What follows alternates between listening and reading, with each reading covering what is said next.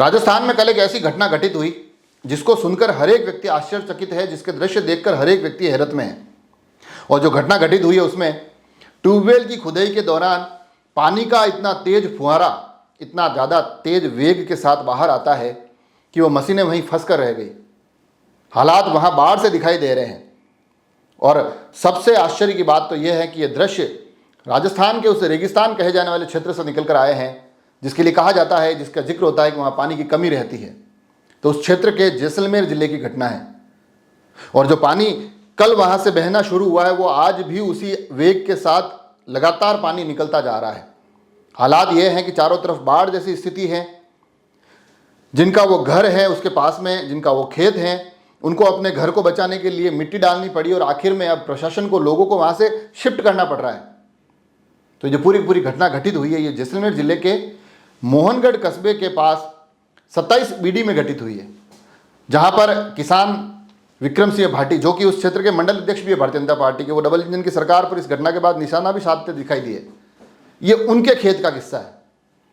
उनका कहना है कि जब वो अपने खेत पर ट्यूबवेल की खुदाई कर रहे थे, तकरीबन 800 साढ़े 800 फीट तक खुदाई हो जाती है।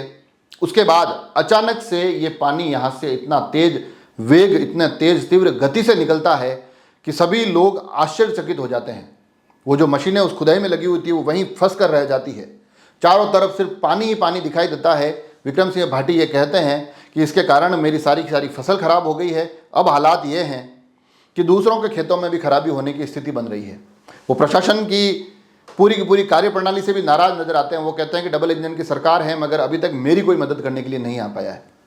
हालांकि अब कुछ विजुअल जरूर निकल कर आ रहे हैं जिसमें प्रशासन इस पूरे मामले को स्पष्ट करता दिखाई दे रहा है। मगर सबसे पहले सुनिए आखिर विक्रम सिंह भाटी इस पूरे मामले को लेकर क्या कुछ कहते दिखाई दे रहे हैं। मैं विक्रम सिंह, भारतीय जनता पार्टी मंडल अध्यक्ष मोहनगढ़।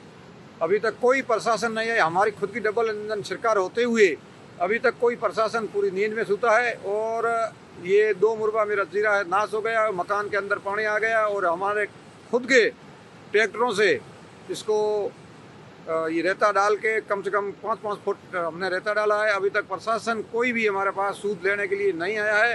कल तहसीलदार आए, आके चले गए वापिस, अभी तक कोई नहीं आया है। और हमारे ये पूरी फसल नाश हो रही है। और ये मशीन थी बोरिंग वाली, वो पूरी अंदर चली गई है।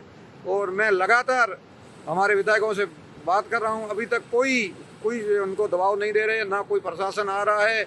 अब ये हालत हो गई है कि जो हमारे अड़ोसी पड़ोसी है उनकी भी खेतों में पानी जाने की पूरी संभावना है। और पूरा पानी, कम से कम पानी मेरे खेत में 7-7 फुट की हाइट में पानी चढ़ चुका है। अभी तक प्रशासन कोई भी सूद नहीं ले रहा है। तो ये थे विक्रम सिंह भाटी, जो कि स्पष्ट तौर पर ये कहते दिखाई दे रहे हैं कि जो घटना घटित हुई उसके बाद कोई संज्ञान नहीं लिया गया है।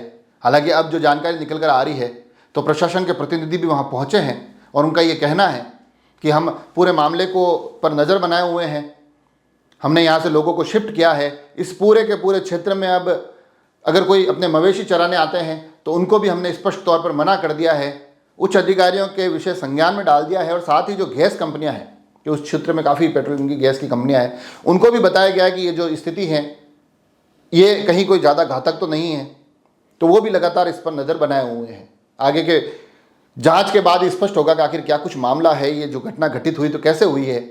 मगर आज एक बड़े आश्चर्यजनक विषय के तौर पर लगातार इस पूरे के पूरे प्रकरण को लेकर उस क्षेत्र में सुर्खियों का दौर जारी है कि आखिर कल से लेकर आज तक जो ये पानी इतनी तेज गति से बह रहा है, इसके पीछे कारण क्या है। आप सभी लोग जुड़े रहे राजसमंद एक्सप्रेस से। धन्यवाद।